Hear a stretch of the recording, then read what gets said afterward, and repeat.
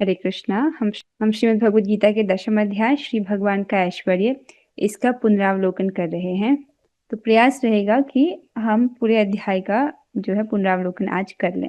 तो स्पीड थोड़ी तेज ही रहेगी, आप ध्यानपूर्वक सुनिएगा। उससे पूर्व हम श्रीमद् भगवद गीता के महात्म्य से एक श्लोक का श्रवण करेंगे। यत्र गीता विचारश्च पठनं पाठनं तथा मोदते तत्र श्री कृष्णो भगवान राधया सह। जहाँ भी गीता शास्त्र की चर्चा, अध्ययन एवं शिक्षा की जाती है, वहाँ श्रीमती राधा रानी सहित परम भगवान श्री कृष्ण बड़ी प्रसन्नता से आ जाते हैं। तो आइए हम आज के कक्षा की ओर बढ़ते हैं। तो पिछले अध्याय के आखिरी श्लोक में भगवान क्या कहते हैं? भगवान कहते हैं, मन मना भव मद भक्तो मदयाजी माम नमस्कुरु मामे वैश्यसि युक्त एवं आत्मानं मत्परायणः। भगवान 4 आदेश देते हैं कि अपने मन को मेरे नित्य चिंतन में लगाओ, मेरे भक्त बनो, मुझे नमस्कार करो और मेरी ही पूजा करो। इस प्रकार मुझ में पूर्णतया तल्लीन होने पर तुम निश्चित रूप से मुझको प्राप्त होगे। ये बात बोलने के बाद नवम अध्याय में भगवान दशम अध्याय यहाँ से शुरू करते हैं। भगवान कहते हैं, श्री भगवान उवाच भूय एव महाबाहो शृणु मे परमं वचः यत्तेऽहं प्रियमाणाय वक्ष्यामि हितकाम्यया। श्री भगवान ने कहा, हे महाबाहु अर्जुन, और आगे सुनो। चूंकि तुम मेरे प्रिय सखा हो, अतः मैं तुम्हारे लाभ के लिए ऐसा ज्ञान प्रदान करूंगा जो अभी तक मेरे द्वारा बताए गए ज्ञान से श्रेष्ठ होगा। तो अब तक भगवान ने जो भी ज्ञान दिया है नवम अध्याय तक, उससे भी श्रेष्ठ ज्ञान का वर्णन भगवान अब करने वाले हैं। भगवान कहते हैं, न मे विदु सुरगणाः प्रभवं न महर्षयः अहम आदिर्हि देवानां महर्षिणां च सर्वशः। श्री भगवान बताते हैं, न तो देवतागण मेरी उत्पत्ति या ऐश्वर्य को जानते हैं और न महर्षिगण ही जानते हैं, क्योंकि मैं सभी प्रकार से देवताओं और महर्षियों का भी कारण स्वरूप अर्थात उद्गम हूँ। तो यहाँ से एक बात समझ आती है कि भगवान को समझने के लिए विद्वत्ता की आवश्यकता नहीं है। कोई भौतिक रूप से बहुत बड़ा विद्वान, बुद्धिमान क्यों ना हो, लेकिन वो अपने बुद्धि के बल से भगवान को नहीं समझ सकता है। प्रमाण भगवान स्वयं कह रहे हैं कि देवता गण भी जो है वो भगवान के ऐश्वर्य को नहीं जानते और न ही महर्षि गण भगवान को जानते हैं। तो फिर इस जगत में, इस पृथ्वी ग्रह पर रहने वाले जो तथाकथित विद्वान हैं, हम क्षुद्र लोगों की क्या हैसियत है कि हम भगवान को समझ पाए। आप समझ रहे हैं, बड़े बड़े देवता और महर्षिगण भी नहीं भगवान को समझ पाते हैं। तो इसके तात्पर्य में प्रभुपाद जी बताते हैं कि विद्वत्ता से भगवान को नहीं समझा जाता है, भक्ति के द्वारा उनको समझा जाता है। तो भक्ति करनी चाहिए, फिर भगवान कृपावश कृपा करते हैं, जिसके द्वारा हम उनको समझ पाते हैं। पूर्ण मात्रा में नहीं, जितना भगवान प्रकाशित करते हैं उतना। यो माम अजम अनादिं च वेत्ति लोकमहेश्वरम् असम्मूढ़ समर्थ्येषु सर्वपापै प्रमुच्यते। जो मुझे अजन्मा, अनादि, समस्त लोकों के स्वामी के रूप में जानता है। 3 बातें, जो भगवान को अजन्मा समझता है, अनादि, अनादि मतलब जिनकी कोई शुरुआत नहीं है, और समस्त लोगों के स्वामी के रूप में जानता है। मनुष्यों में केवल वही मोह रहित और समस्त पापों से मुक्त होता है। तो देखिए, जैसे अगर हम भौतिक शरीर की बात ले रहे हैं, अगर हम भौतिक शरीर की बात ले लें, तो भौतिक शरीर का कुछ आदि होता है, मतलब कुछ शुरुआती पॉइंट होता है, उसमें कुछ विकार आते हैं, अर्थात कुछ परिवर्तन होता है और अंत हो जाता है। लेकिन भगवान के शरीर के साथ ऐसा नहीं है। भगवान अनादि हैं, अर्थात उनकी कोई शुरुआत नहीं है। आप समय में कितना ही पीछे चले जाओ, हमेशा से भगवान थे, आज भी भगवान हैं, हमेशा रहेंगे। तो अनादि मतलब उनकी कोई शुरुआत नहीं है। वो सभी चीजों के आदि हैं, सबके स्रोत हैं, लेकिन उनका स्रोत और कोई नहीं है। ठीक है। और अजन्मा है, इसको कैसे समझेंगे? भगवान अजन्मे होकर भी जन्म लेते हैं, क्योंकि हम जन्माष्टमी तो मनाते हैं ना भगवान की। तो उनका जन्म किस प्रकार से दिव्य है, इसको समझिए। हम लोगों का जन्म क्यों होता है? क्योंकि हम भौतिक कर्म बंधनों में फंसे हुए हैं। कर्म बंधन के कारण हमको जन्म लेना पड़ता है अपने कर्मों के अनुसार। लेकिन भगवान का जब जन्म होता है तो वो अपने कर्मों के अनुसार नहीं होता है। भगवान कर्मों के पाश में नहीं बंधते हैं। ठीक है। इसको उस उदाहरण से आपने समझा था कक्षा में। जैसे एक कैदी है, वो जेल के भीतर गया है क्योंकि उसने ऐसा कुछ दंडनीय कार्य किया है जिसके कारण उसको जेल जाना पड़ा है। लेकिन कभी-कभी ऐसा देखा जाता है कि बड़े-बड़े नेता भी जेल के भीतर आ रहे हैं, जेल का मुआयना करने के लिए। अब हो सकता है वो भी पुलिस की गाड़ी में आए और उनकी सुरक्षा के लिए और अधिक पुलिस उनके साथ में आए। पर इसका अर्थ ये तो नहीं है कि वो अपने किसी दंडनीय कर्म के कारण जेल के भीतर हैं। आप समझ रहे हैं अंतर? तो भगवान भी जन्म लेते हैं लेकिन वो कर्मों के बंधन में फँस के जन्म नहीं लेते जिस प्रकार से हमको लेना पड़ता है। भगवान अपनी स्वेच्छा से प्रकट होते हैं अपने भक्तों को सुख देने के लिए, दुष्टों का संहार करने के लिए, धर्म की फिर से स्थापना करने के लिए।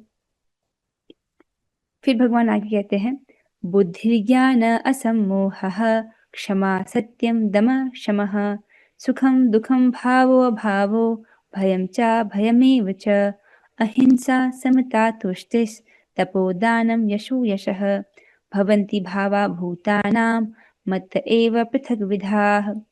श्री भगवान बताते हैं, बुद्धि, ज्ञान, संशय तथा मोह से मुक्ति, क्षमा भाव, सत्यता, इंद्रिय निग्रह, मन निग्रह, सुख तथा दुख, जन्म, मृत्यु, भय, अभय, अहिंसा, समता, तुष्टि, तप, दान, यश तथा अपयश, ये सारे जीवों के विविध गुण मेरे ही द्वारा उत्पन्न हैं। तो भगवान समझा रहे हैं कैसे जीवों के जो गुण हैं ये उन्हीं से आते हैं। इस श्लोक के तात्पर्य में हमने एक बहुत सुंदर चीज सीखी थी, वो था चिंतन शक्ति का सदुपयोग करना। हमारा मन कुछ ना कुछ सोचते रहना चाहता है। जिस प्रकार से हमारी आंखें कुछ अच्छा देखने के लिए लालायित रहती हैं, कान कुछ अच्छा सुनने के लिए लालायित रहते हैं, मन भी कुछ ना कुछ सोचना चाहता है। तो प्रभुपाद जी तात्पर्य में बताते हैं कि हमको अपनी चिंतन शक्ति का दुरुपयोग नहीं करना चाहिए। दुरुपयोग मतलब कुछ भी इस जगत के बारे में सोच रहे हैं, धन उपार्जन के बारे में सोचने में लगे हुए हैं, तो वो चिंतन शक्ति का दुरुपयोग होगा। सदुपयोग क्या है?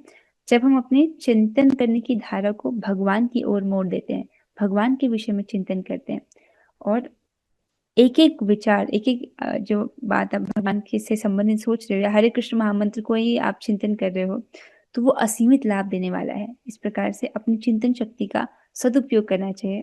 प्रभुपाद जी हमको तात्पर्य में बताते हैं। महर्षयः सप्त पूर्वे चत्वारो मनवस्तथा मद्भावा मनसा जाता येषां लोक इमा प्रजा। अब भगवान बताते हैं कि जीवों के जो विभिन्न प्रकार के जीव हैं उनकी उत्पत्ति के स्रोत भी भगवान ही है, उसका वर्णन करते हैं। सप्त ऋषिगण तथा उनसे भी पूर्व चार अन्य महर्षि, ये चार अन्य महर्षि कौन है? ब्रह्मा जी के चार चार पुत्र, वो चार कुमारगण, एवं सारे मनु, मानव जाति के पूर्वज, सब मेरे मन से उत्पन्न हैं और विभिन्न लोकों में निवास करने वाले सारे जीव उनसे अवतरित होते हैं। तो सप्त ऋषिगण, तो सात ऋषि और उनसे पूर्व जो चार ब्रह्मा जी के चार चार पुत्र हैं, सनत, सनातन, सनंदन और सनत कुमार। इस प्रकार से चार कुमार हैं, 7 और 4 11 हो गए, प्लस सारे मनु। कितने मनु हैं? 14 मनु हैं। तो 11 और 14 25 हो गए। तो ये सब 25 प्रजापति जो है इन्हीं से जो है आगे जीवों के संतति उत्पन्न होती है। मतलब जितने भी जीव हैं वो सब इन्हीं से उत्पन्न होते हैं, ऐसा तात्पर्य में हमने पढ़ा था 25 प्रजापतियों द्वारा। जिसमें से जो चार ब्रह्मा जी के चार कुमार हैं वो तो ब्रह्मचारी ही रहते हैं, लेकिन अन्यों के द्वारा जो है संतति होती है। तो इस प्रकार से हम देखते हैं कि सभी जीवों के जो शरीर हैं उसके स्रोत भी भगवान ही हैं। ये तां विभूति योगम च मम यो वेति तत्वतः सो विकल्पेन योगेन युञ्जते नात्र संशयः। अब इतनी सारी बातें जो भगवान के बारे में सुन रहा है वो क्या करेगा? वो ये सब बातें क्यों बोली जा रही हैं? तो भगवान बताते हैं, जो मेरे इस ऐश्वर्य तथा योग से पूर्णतया आश्वस्त है वह मेरी अनन्य भक्ति में तत्पर होता है, इसमें तनिक भी संदेह नहीं है। तो ये सब ऐश्वर्य जो व्यक्ति समझ पा रहा है ठीक ठीक से भगवान के विषय में, तो कैसे समझ आएगा कि उसको समझ आया है? वो अपने आप को भगवान की अनन्य भक्ति में लगाएगा। ठीक है, अनन्य भक्ति का अर्थ क्या समझा था हमने? साधन की अनन्यता और साध्य की अनन्यता। साधन की अनन्यता क्या है? कि भगवान की भक्ति करना, केवल भगवान की भक्ति करना, देवताओं की उपासना नहीं करना। और इसका लक्ष्य क्या है? कि हमको भगवान की प्रेमा भक्ति चाहिए। इस प्रकार से जो भजन कर रहा है उसको अनन्य भक्ति कहेंगे।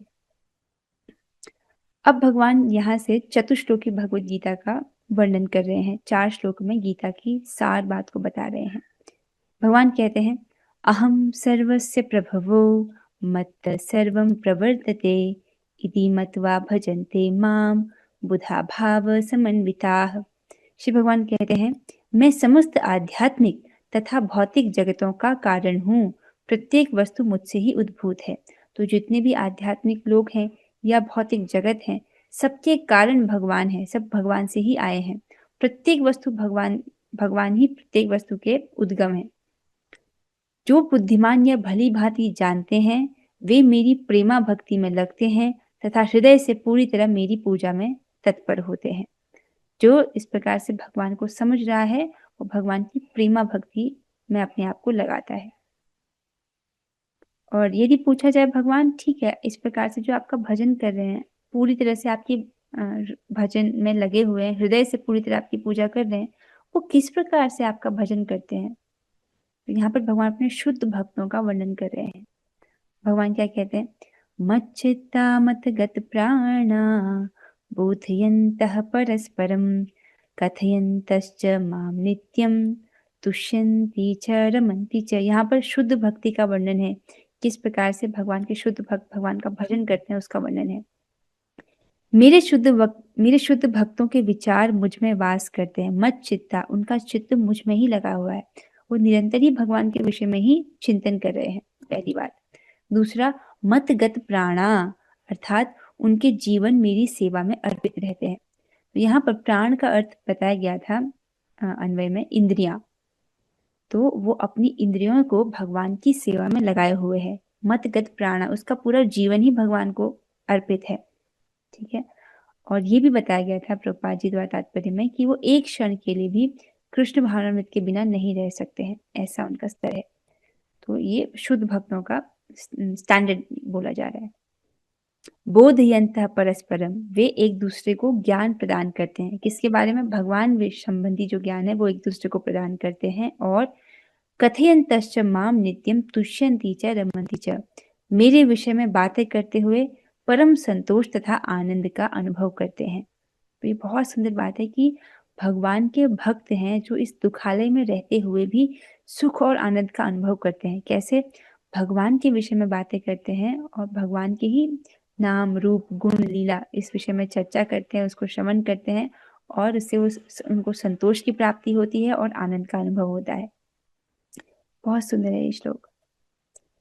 फिर ठीक है, भगवान इस प्रकार से जो आपका भजन कर रहे हैं, आपकी उन पर किस प्रकार कृपा होती है, इसका वर्णन कीजिए। तो भगवान कहते हैं तेषां सतत युक्तानां भजतां प्रीतिपूर्वकं ददामि बुद्धि योगम तम येन माम उपयान्ति ते।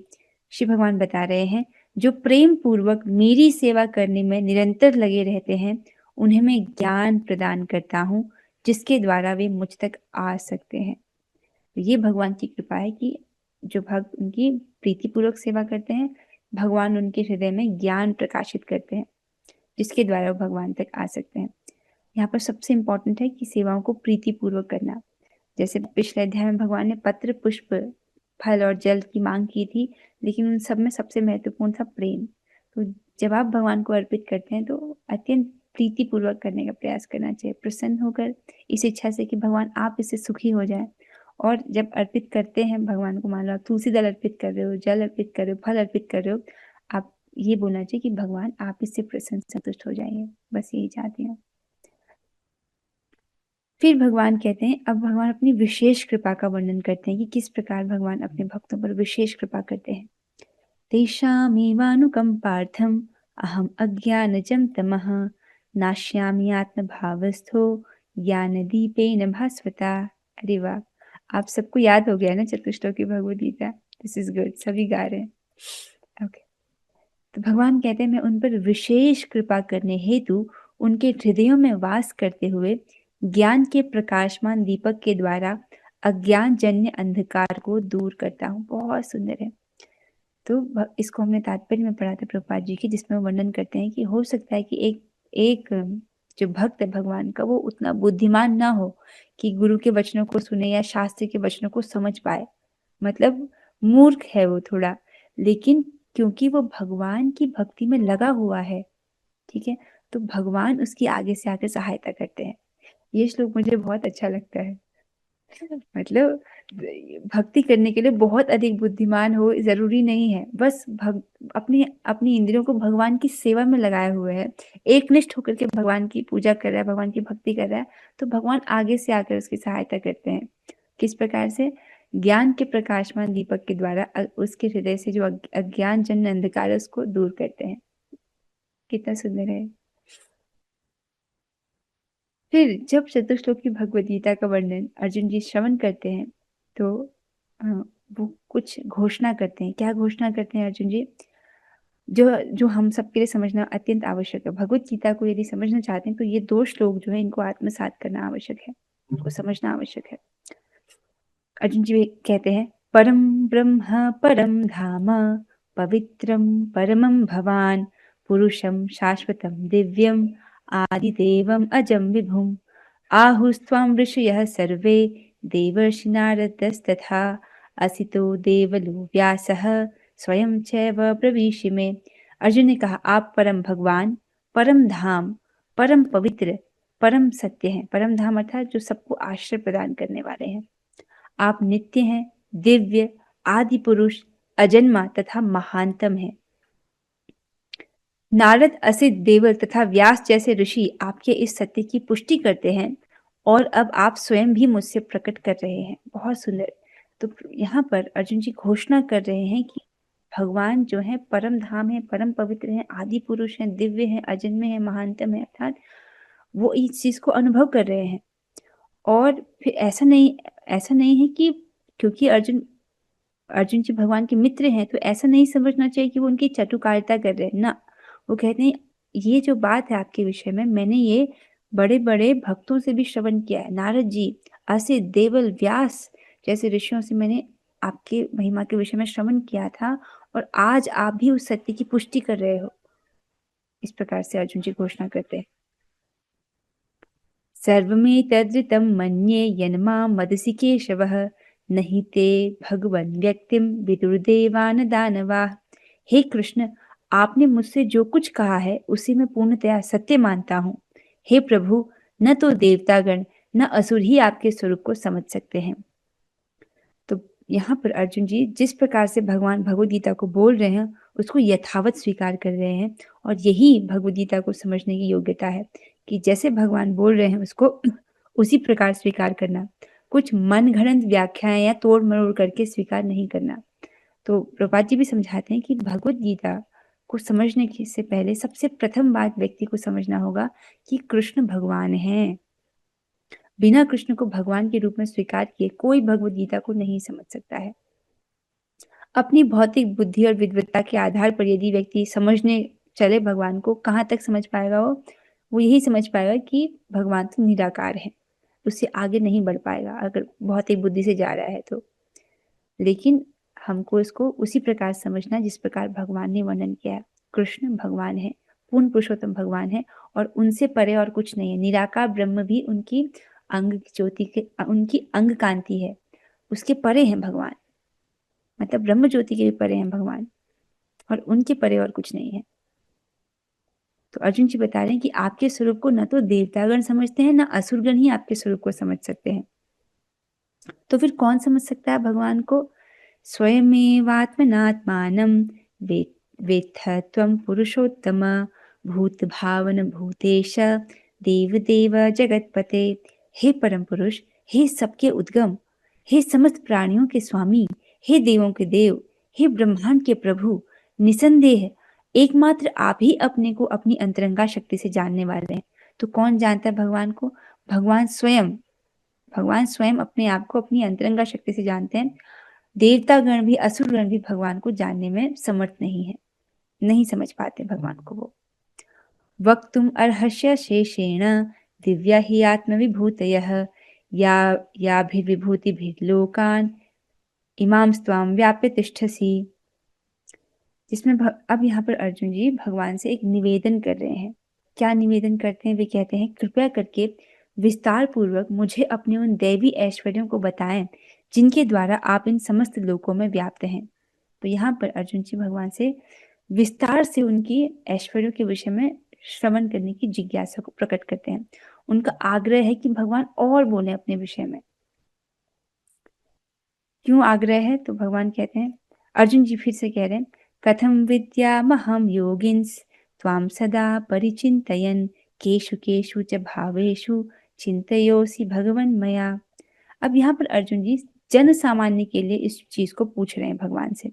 अर्जुन जी के अनुभव के अनुसार पर जो उन्होंने यहाँ पर कुछ श्लोकों पूर्व कहा कि आप तो परम ब्रह्म है, परम धाम है, उनकी बातों को सुन करके ये तो लग रहा है कि अर्जुन जी ने कृष्ण को भगवान के रूप में स्वीकार किया है, उनकी प्रत्येक बात के वो सत्य के रूप में स्वीकार कर रहे हैं। लेकिन अब जो प्रश्न वो यहाँ पर पूछ रहे हैं वो जन सामान्य के लिए पूछ रहे हैं। क्या पूछ रहे हैं जन सामान्य के लिए? हे कृष्ण, हे परम योगी, मैं किस तरह आपका निरंतर चिंतन करूं और आपको कैसे जानूं? हे भगवान, आपका स्मरण किन किन रूपों में किया जाए, इस प्रकार से पूछ रहे हैं। यहाँ पर केशु केशु च भावेषु अर्थात किन किन रूपों में किया जाए, ये भौतिक वस्तुओं के संबंध में पूछ रहे हैं। क्या कह रहे हैं कि मैं इस जगत की भौतिक वस्तुओं को देखकर आपका किस प्रकार से स्मरण कर सकूं। और ये वो बात किसके लिए पूछ रहे हैं? अपने लिए नहीं, जन सामान्य के लिए पूछ रहे हैं, क्योंकि जन सामान्य भगवान के दिव्य रूप को नहीं समझती है। जन सामान्य जो आंखों से देखा है, इंद्रियों के द्वारा जो अनुभव हो रहा है, उसी को समझते हैं। इसलिए जो भौतिक रूप हमको दिखाई दे रहा है, उनको देखते वक्त हम आपका स्मरण किस प्रकार से कर पाए, ऐसे पूछ रहे हैं। फिर अर्जुन जी कहते हैं, विस्तरेणात्मनो योगम विभूतिम च जनार्दन भूयः कथय तृप्तिर्हि शृण्वतो नास्ति मे मृतम। अब वो कहते हैं, मुझे तृप्ति ही नहीं हो रही आपके शब्दों को श्रवण करके। हे जनार्दन, आप पुनः विस्तार से अपने ऐश्वर्य तथा योग शक्ति का वर्णन करें। पुनः क्यों कह रहे हैं? क्योंकि भगवान ने थोड़ा किंचित तो वर्णन किया है अपने ऐश्वर्य का। कहाँ पर किया था? जब भगवान ने चतुश्लोकी भगवद गीता बोला, उसमें भगवान क्या कहते हैं? अहम सर्वस्य प्रभवो मत्तः सर्वं प्रवर्तते। मैं समस्त आध्यात्मिक और भौतिक जगतों का कारण हूँ, प्रत्येक वस्तु मुझसे ही उद्भूत है। यहाँ पर कुछ किंचित प्रकाशित किया। पहले भी कुछ अध्याय में भगवान थोड़ा थोड़ा अपने विभूतियों के बारे में बोला था, लेकिन अब अर्जुन जी कहते हैं कि मैं विस्तार से सुनना चाहता हूँ। कृपा करके विस्तार पूर्वक मुझे अपने उन दैवी ऐश्वर्य को बताएं जिनके द्वारा आप इन समस्त लोकों में व्याप्त हैं। और ऐसा क्यों? क्योंकि हे जनार्दन, आपके विषय में सुनकर कभी तृप्त नहीं होता हूँ, क्योंकि जितना ही आपके विषय में सुनता हूँ उतना ही आपके शब्द अमृत को चखना चाहता हूँ। तो अर्जुन जी भगवान के महान भक्त हैं। वो जब भगवान से वर्णन सुन रहे हैं तो उनको उनके शब्द अमृत के समान लग रहे हैं। वो और इन अमृतमय वचनों का पान करना चाहते हैं। ऐसा इसलिए भी है क्योंकि जो कान है वो आकाश स्वरूप है। कान कभी भरते नहीं है। आप भोजन खाते हो, प्रसाद पा रहे हो, तो उसकी एक सीमा है। जब आपका पेट भर जाता है, ठीक है, इसके बाद आप और ग्रहण नहीं करना चाहते हो। लेकिन कान आकाश स्वरूप है, अर्थात ये कितना भी सुन लो, आप शब्द डालो, ये कान भरते नहीं है। तो अर्जुन जी कह रहे हैं कि मैं तृप्त नहीं हो रहा हूँ। और ऊपर से अर्जुन जी रसज्ञ हैं, अर्थात रस को जानने वाले हैं। तो इसीलिए भगवान की बातों का उनको अत्यंत जो है अमृत के समान लग रहे हैं, और जिसका वो अधिकाधिक पान करने की इच्छा को व्यक्त करते हैं। कि भगवान उवाच हन्त ते कथयिष्यामि दिव्या हि आत्मविभूतयः प्राधान्यतः कुरु श्रेष्ठ नास्त्यन्तो विस्तरस्य मे। श्री भगवान ने कहा, हाँ, अब मैं तुमसे अपने मुख्य मुख्य वैभव युक्त रूपों का वर्णन करूंगा, क्योंकि हे अर्जुन, मेरा ऐश्वर्य असीम है। तो भगवान कह रहे हैं, देखो अर्जुन, यद्यपि तुम विस्तार पूर्वक सुनना चाहते हो मेरे ऐश्वर्य को, पर मेरा ऐश्वर्य तो असीम है, उसकी कोई सीमा ही नहीं है। फिर भी मैं तुमसे मुख्य मुख्य अपने वैभव वैभव युक्त रूपों का वर्णन करूंगा। अहमात्मा गुणाकेश सर्वभूताशय स्थितः अहमादिश्च मध्यम च भूतानाम अंत एव च। तो भगवान कहते हैं, हे अर्जुन, यहाँ पर भगवान अर्जुन को गुणाकेश कहकर संबोधित करते हैं। गुणाकेश अर्थात जिसने निद्रा को जीत लिया है, जिसने अज्ञान को जीत लिया है। तो निद्रा विजयी जो है, उन गुणाकेश को भगवान यहाँ पर संबोधित कर रहे हैं। ये बहुत आवश्यक है। क्यों? क्योंकि जो भगवान ज्ञान देने वाले हैं, अर्जुन जी की ऐसी योग्यता है कि वो उसको समझ पाए। वो अज्ञान पर विजय प्राप्त किए हुए हैं और निद्रा पर भी विजय प्राप्त किए हुए हैं। तो उनकी ऐसी योग्यता है कि भगवान अपने ऐश्वर्यों को उनसे कहने के लिए राजी हो गए हैं। ठीक है। और उनकी कृपा से, प्रभुपाद जी की कृपा से, हम जैसे जीवों को भी वही सुनने को मिल रहा है जो भगवान अपने परम प्रिय मित्र को बोल रहे हैं। तो यहाँ पर अब भगवान अपने ऐश्वर्य का वर्णन संक्षेप में करना शुरू करते हैं। वे कहते हैं, मैं समस्त जीवों के हृदयों में स्थित परमात्मा हूँ। तो परमात्मा के रूप में भगवान सभी जीवों के हृदय में स्थित हैं। मैं ही समस्त जीवों का आदि, मध्य तथा अंत हूँ। और भगवान सभी जीवों के आदि अर्थात उनकी शुरुआत है, मध्य अर्थात उनका पालन करने वाले हैं, अंत अर्थात प्रलय के समय भी सब कुछ उनमें विलीन हो जाता है। तो इस संबंध में हमने 3 विष्णुओं के विषय में सुना था, कारणोदक्षाय विष्णु, गर्भोदक्षाय विष्णु और क्षीरोदक्षाय विष्णु। कारणोदक्षाय विष्णु जी के रोमकूपों से अनेक प्रकार के अनेक ब्रह्मांड उत्पन्न होते हैं। गर्भोदक्षाय विष्णु प्रत्येक ब्रह्मांड में प्रवेश करते हैं और क्षीरोदक्षाय विष्णु प्रत्येक ब्रह्मांड के भीतर प्रवेश करते हैं और सभी जीवों के हृदय में भी प्रवेश करते हैं, यहाँ तक कि कण कण में प्रवेश करते हैं। तो आदि किस प्रकार से हैं भगवान सभी जीवों के, उसको समझिए। भौतिक सृष्टि के पूर्व भगवान अपने मूल विस्तार के द्वारा पुरुष अवतार धारण करते हैं। तो तीन पुरुष अवतार है जिनका वर्णन हमने अभी भी सुना। कारणोदक्षाय विष्णु, गर्भोदक्षाय विष्णु, क्षीरोदक्षाय विष्णु, ये पुरुषावतार है और उन्हीं से सब कुछ आरंभ होता है। महाविष्णु प्रधान पर दृष्टिपात करके उसमें जीवों को गर्भस्थ करते हैं, अतः वे जीवों के आदि हैं। तो जो प्रधान है, प्रधान अर्थात प्रकृति की साम्य अवस्था जिसमें सत्वगुण, रजोगुण, तमोगुण साम्य अवस्था में रहते हैं। भगवान उस पर महाविष्णु दृष्टिपात करते हैं और उसके द्वारा वो जीवों को गर्भस्थ कर देते हैं प्रधान में। तो इस प्रकार से जीवों की जो आदि है अर्थात जीवों की जो शुरुआत है वो उसके कारण भी भगवान ही है, महाविष्णु है। अब किस प्रकार से भगवान जीवों के मध्य हैं इसको समझाया जा रहा है। मध्य किस प्रकार से है देखिए। जीव का शरीर आत्मा के स्फुलिंग की उपस्थिति के कारण विद्यमान रहता है। अगर इस शरीर में आत्मा नहीं हो तो ये जो शरीर है ये नष्ट हो जाएगा, ये बढ़ेगा नहीं। बिना आध्यात्मिक स्फुलिंग के शरीर विकसित नहीं हो सकता।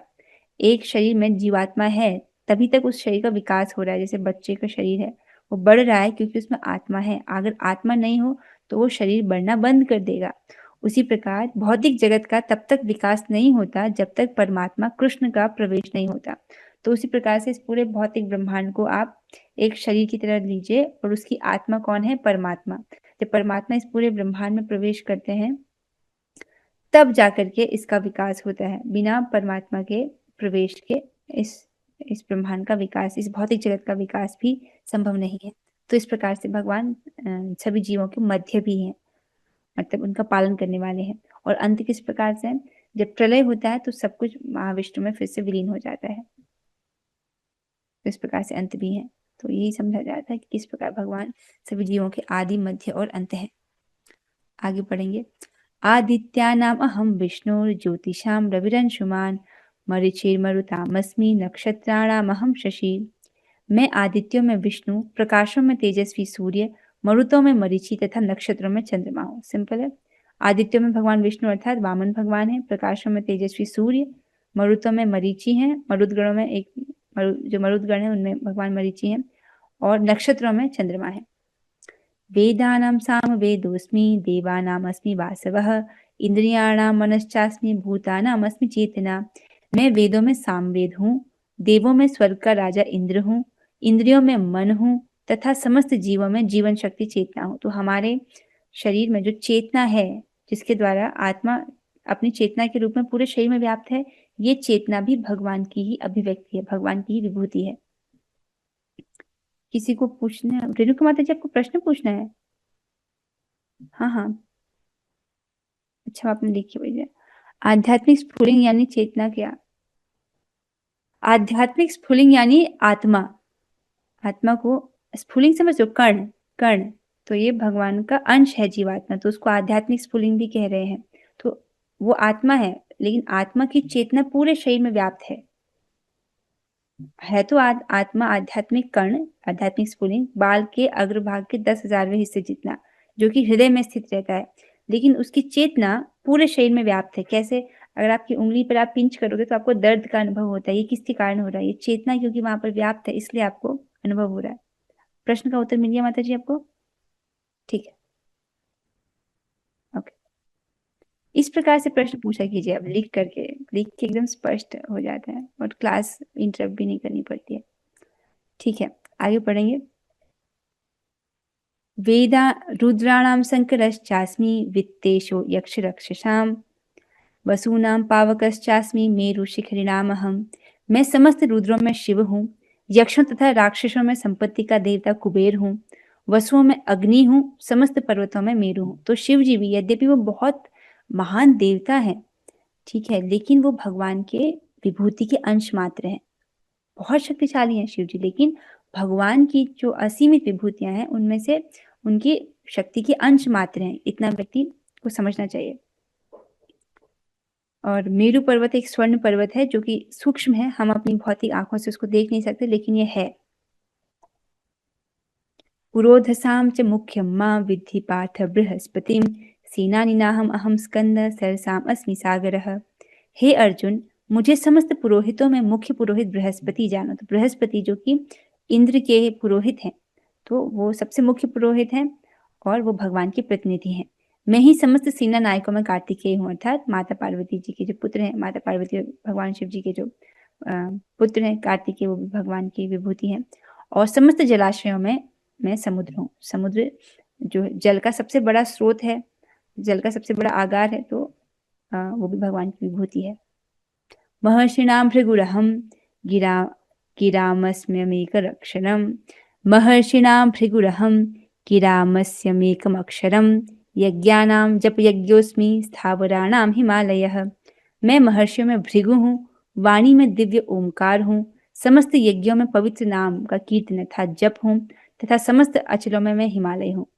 तो भृगु मुनि के विषय में हमने पढ़ा था, जो ये पता करते हैं कि तीनों देवता, तीनों में ब्रह्मा विष्णु महेश में सर्वश्रेष्ठ कौन है, आपको याद होगा। तो भृगु जो है अत्यंत तेजस्वी पुत्र हैं ब्रह्मा जी के, वो भी भगवान के प्रतिनिधि हैं। और जो ओम की ध्वनि है ये भी भगवान है। और जो हम हरे कृष्ण महामंत्र का जप कर रहे हैं, तो सभी यज्ञों में सबसे सर्वश्रेष्ठ यज्ञ होता है भगवान का जप यज्ञ। इसमें कोई हिंसा नहीं होती है और इसे लाभ भी बहुत जल्दी प्राप्त होता है। तो इस प्रकार का जो जप है ये भगवान है। और समस्त अचलों में मैं हिमालय हूँ। मेरु पर्वत के विषय में भगवान ने बोला था कि मैं मेरु पर्वत हूँ, पर मेरु पर्वत चलायमान है, लेकिन हिमालय अचल है, वो चलता नहीं, एक ही जगह स्थिर रहता है। अश्वत्थ सर्ववृक्षाणां देवर्षिणां च नारदः गंधर्वाणां चित्ररथ सिद्धानां कपिलो मुनिः। मैं समस्त वृक्षों में अश्वत्थ हूँ और देवर्षियों में नारद हूँ, गंधर्वों में चित्ररथ हूँ और सिद्ध पुरुषों में मैं कपिल मुनि हूँ। तो अश्वत्थ अर्थात पीपल का वृक्ष, और देवर्षि नारद भी भगवान, देखिए देवर्षि नारद भगवान के महान भक्त हैं, वो भगवान की प्रतिनिधि हैं। और चित्ररथ जो है ये एक गंधर्व है जो बहुत सुंदर गाते हैं, सबसे सुंदर गाते हैं, इसलिए भगवान की विभूति है। और कपिल मुनि, ये कौन कपिल मुनि है?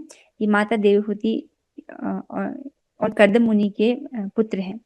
जो नास्तिक कपिल हैं वो, उनका वर्णन यहाँ पर नहीं हो रहा है, ये आस्तिक कपिल की बात हो रही है जो आस्तिक सांख्य का वर्णन करते हैं अपनी माता देवहूति को। उच्चैषवसमश्वानां विद्धि माम् अमृतोद्भवम् ऐरावतं गजेन्द्राणां नराणां च नराधिपम्। घोड़ों में मुझे उच्चैश्रवा जानो, जो अमृत के लिए समुद्र मंथन के समय उत्पन्न हुआ था।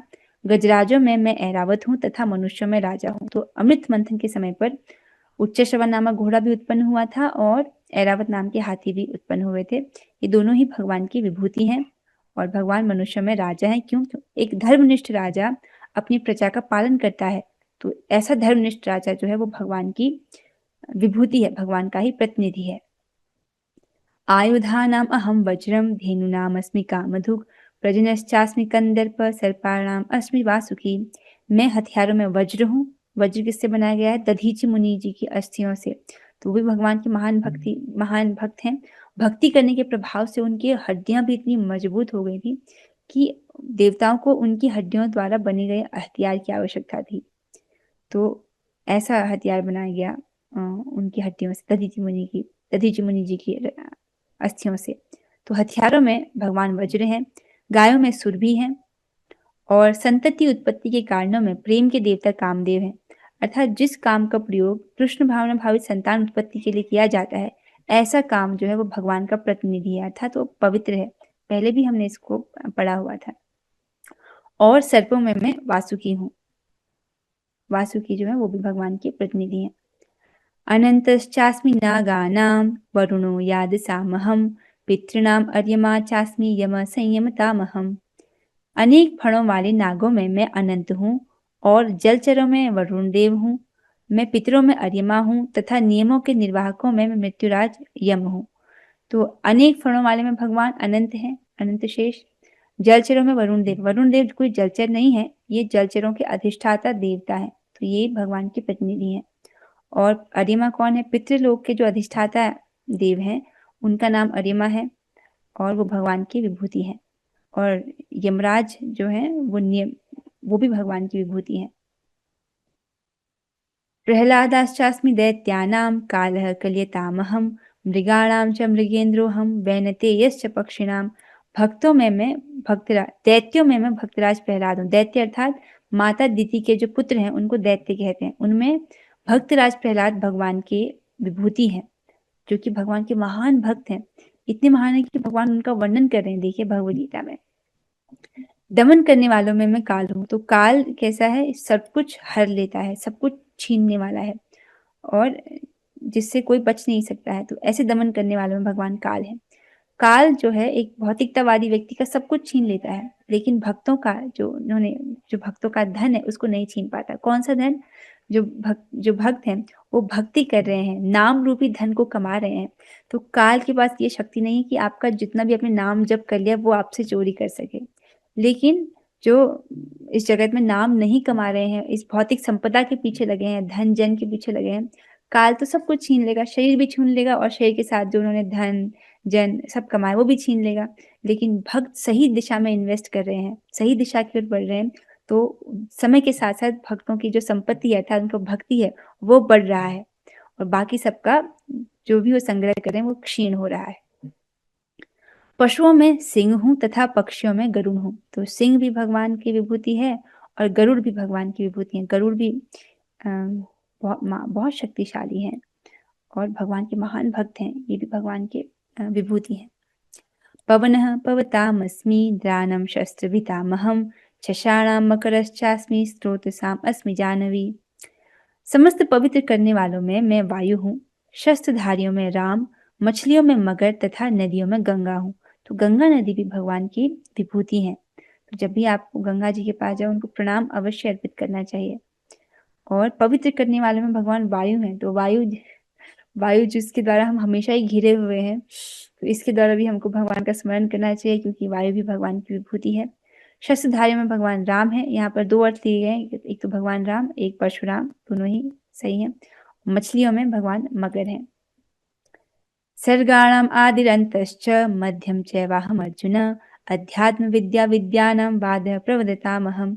हे अर्जुन, मैं समस्त सृष्टियों का आदि, मध्य और अंत हूँ।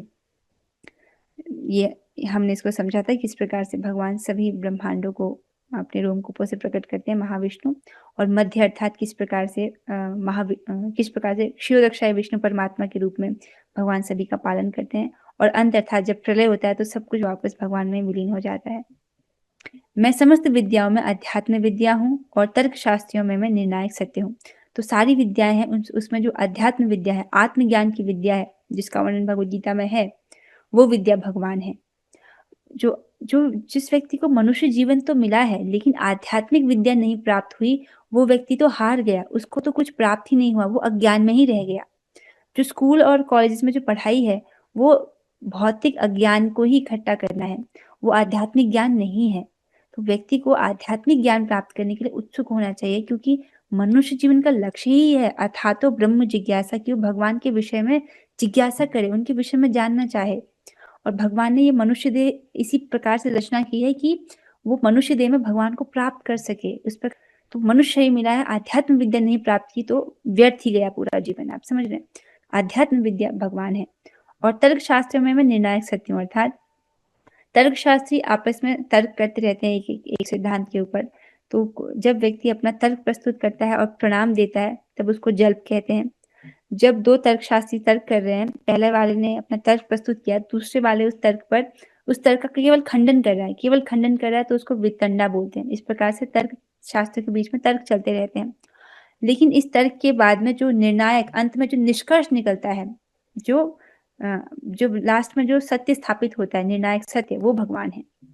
तर्कों के बाद जो निष्कर्ष निकल रहा है वो भगवान है। हमारे पास 10 श्लोक और हैं और छोटे-छोटे श्लोक हैं। मैं सोच रही हूँ कि क्लास थोड़ी एक्सटेंड करके हम आज ही पूरा कर लेते हैं। कर लें पूरा? किसी को बहुत नींद तो नहीं आ रही है? अच्छा, आप तो बड़े उत्साहित हैं। ठीक है, ठीक है। आप सबने अनुमति दे दी है तो फिर आज ही कर लेते हैं। अक्षराणाम् अकारोऽस्मि द्वन्द्वसामासिकस्य च अहमेवाक्षय कालो धाताहं विश्वतोमुखम्। अक्षरों में मैं अकार हूँ। जो हिंदी वर्णमाला में अ, आ, इ, या पढ़ते हो जो अ है वो भगवान की विभूति है। और समासों में मैं द्वंद्व समास हूँ। द्वंद्व समास जिसमें 2 पद होते हैं, दोनों ही बराबर महत्व के होते हैं, जैसे राम कृष्ण, तो दोनों ही बराबर महत्व के होते हैं। इस प्रकार का जो द्वंद्व समास है जिसमें और का भाव आता है, माता पिता राम कृष्ण, इस प्रकार से जो आ रहे हैं, इसको द्वंद्व समास कहते हैं। तो द्वंद्व समास भी भगवान की विभूति है। मैं शाश्वत काल भी हूँ और सृष्टाओं में मैं ब्रह्मा हूँ। तो शाश्वत काल जो है वो भी भगवान ही है। जो काल है भगवान के ही प्रतिनिधि है। और सृष्टाओं में मैं ब्रह्मा हूँ। तो ब्रह्मा जी भी एक बहुत महान देवता है, बहुत शक्तियों से युक्त हैं। सारे जो आगे सृष्टि का कार्यभार होता है भगवान ने ब्रह्मा जी को ही सौंपा है। इतने महान देवता होने के बावजूद भी वो भगवान के विभूति के अंश मात्र हैं। इस प्रकार से हम अंदाजा हमारी कल्पना के भी परे है कि भगवान स्वयं से कितने अधिक शक्तिशाली होंगे। जब उनके अंश मात्र विभूति इतने शक्तिशाली हैं, ब्रह्मा जी, शिव जी, ये भगवान की विभूति के अंश हैं, तो भगवान कितने महान होंगे। इस प्रकार से व्यक्ति समझता है और फिर भगवान की शरण ग्रहण करता है। मृत्यु सर्वहरश्चाहम उद्भवश्च भविष्यताम कीर्ति श्रीर्वाक् च नारीणाम स्मृति मेधार्थिति क्षमा। भगवान कहते हैं मैं सर्वभक्षी मृत्यु हूँ। ये बहुत अच्छा है और बहुत गंभीर है। देखिए, एक घटना तो आपके और मेरे जीवन में घटित होने ही वाली है। कौन सी? मृत्यु की। हम में से हर व्यक्ति को ये चीज एक जीवन में देखना ही होगा। कौन सा? मृत्यु। जब मृत्यु आएगी तो वो सब कुछ छीन लेती है। भौतिक जो भी हमने इकट्ठा किया है, जो भी धन है, ये शरीर है, सब छीन लेगा। लेकिन जितनी आपने भजन किया है ना, वो नहीं छीन सकता, वो आपके साथ जाएगा। तो बुद्धिमान व्यक्ति अपना समय वो चीज कमाने में लगाता है जो उससे कोई नहीं छीन सकता, जो उसको शाश्वत लाभ प्रदान करने वाली है। वो क्या है? भगवान की भक्ति करना, भगवान का नाम जप करना। ठीक है, एक एक नाम जो आप ले रहे हो वो कभी वृथा नहीं जाएगा, वो बेकार नहीं जाएगा, वो सबका आपको असीमित लाभ मिलेगा। तो भगवान कहते हैं कि मैं सर्वभक्षी मृत्यु हूँ। और भक्त इस प्रकार से जीते हैं कि हम ऐसे नहीं देखते कि हमको अभी बहुत जीना है। हम इस प्रकार से जीते हैं कि आज मेरा आखिरी दिन हो सकता है, आज ही मुझे मृत्यु आ सकती है, क्या मैं तैयार हूँ? क्योंकि मृत्यु के समय पर हमको भगवान का स्मरण करना होता है। यम यम पापी स्मरण भावम त्यजन्ते अन्त्य कलेवरम। इस प्रकार से भगवान कहते हैं कि मृत्यु के समय पर जो जिस जिस भाव का स्मरण करता है उसको उसी उसी प्रकार का देह प्राप्त होता है, उसकी वैसी गति होती है।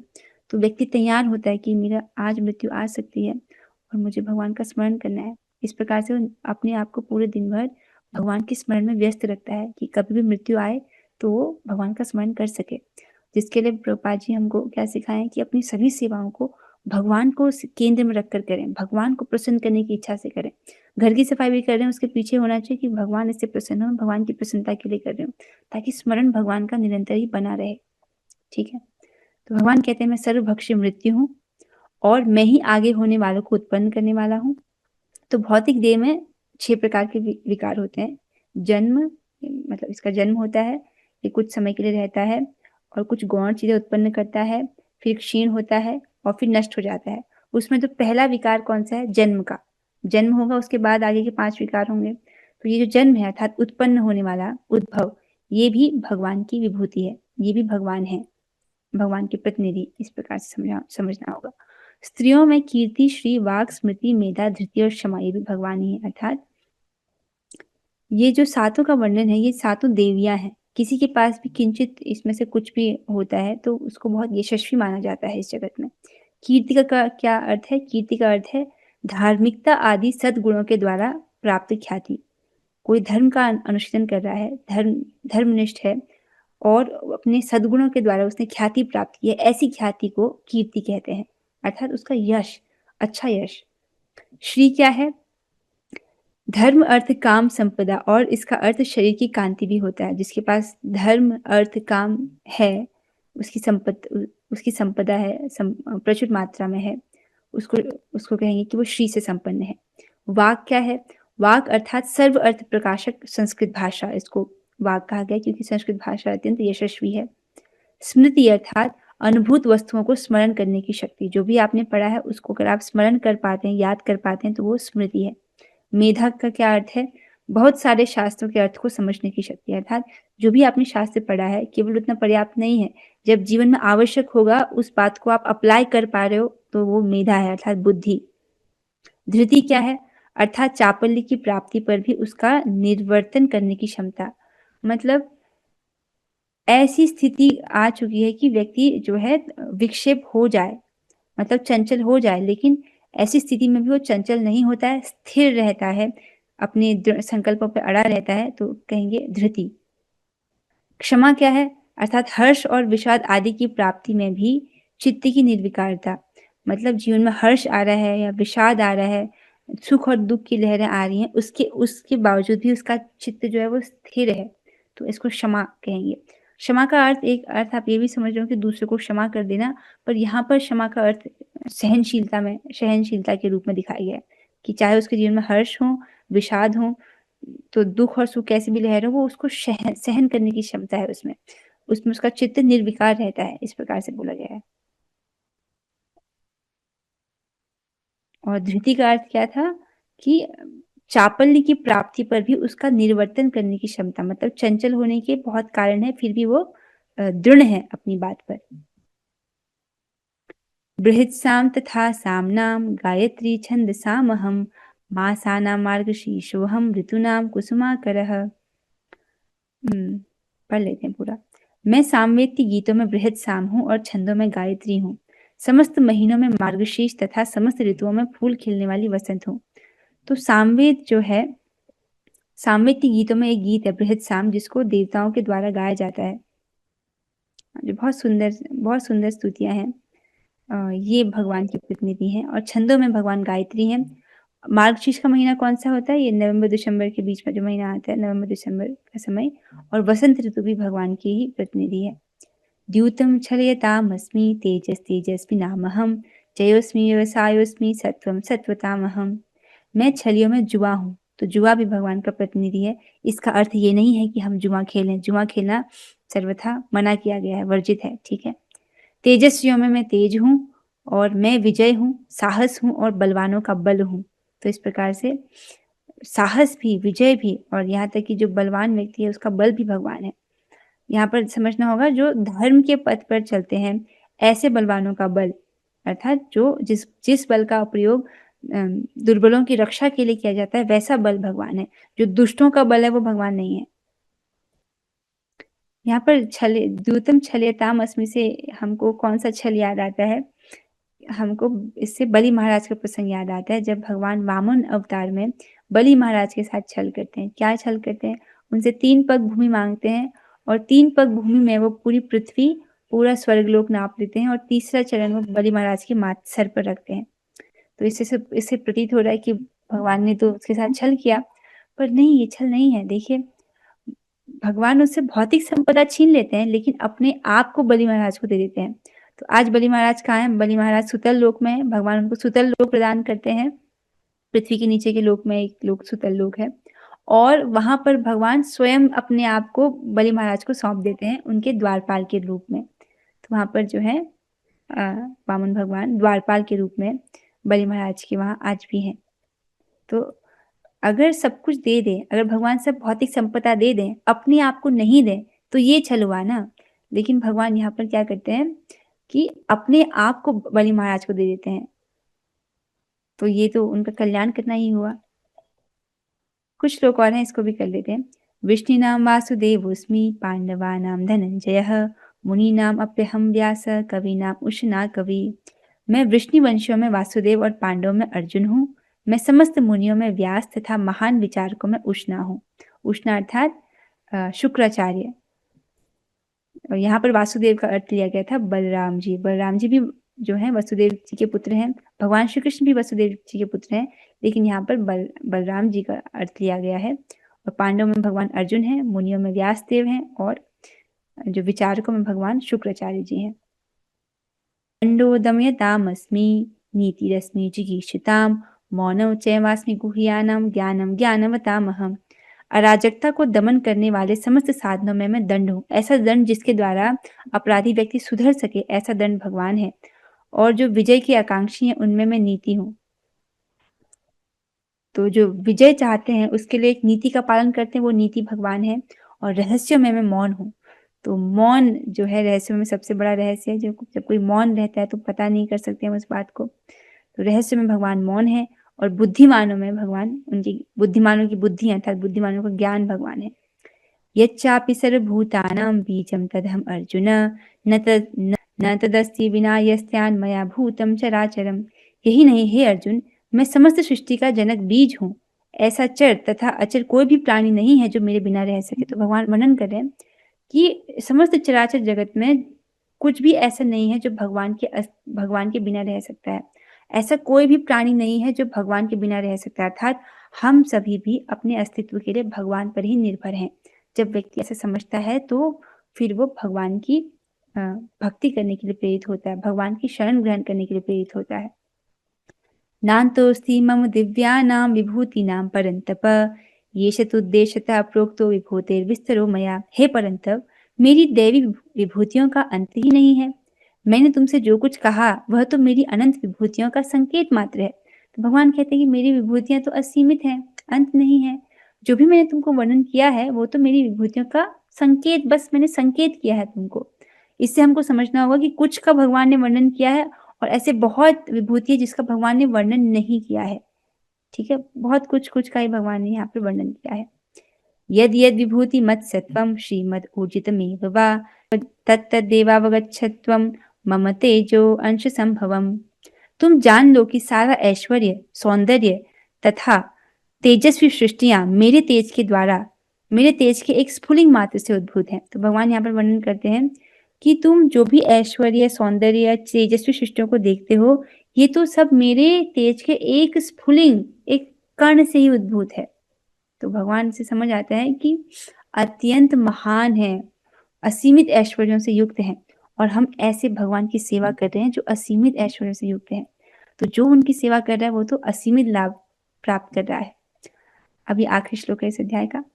अथवा बहुनैतेन किं ज्ञातेन तवार्जुन विष्टभ्याहम इदम कृष्णम एकांशेन स्थितो जगत। किंतु हे अर्जुन, इस सारे विशद ज्ञान की आवश्यकता क्या है? मैं तो अपने एक अंश मात्र से संपूर्ण ब्रह्मांड में व्याप्त होकर इसको धारण करता हूँ। तो ये भी जो मैंने तुमको अपने विषय में ज्ञान दिया है, इन सब की पृथक पृथक रूप में जानने की क्या आवश्यकता है? मैं तो केवल अपने एक अंश से परमात्मा रूप में पूरे ब्रह्मांड में व्याप्त होकर इसको धारण किए हुए हूँ। तो यहाँ पर प्रभुपाद जी तात्पर्य में समझाते हैं कि ब्रह्मा जैसे विराट जीव से लेकर एक क्षुद्र चींटी तक इसलिए विद्यमान है क्योंकि भगवान उन सब में प्रविष्ट होकर उनका पालन करते हैं। तो परमात्मा के रूप में भगवान प्रत्येक जीव के हृदय में स्थित होकर उसका पालन कर रहे हैं। यदि भगवान पालन ना करें तो हम इस शरीर में भी नहीं रह सकते हैं।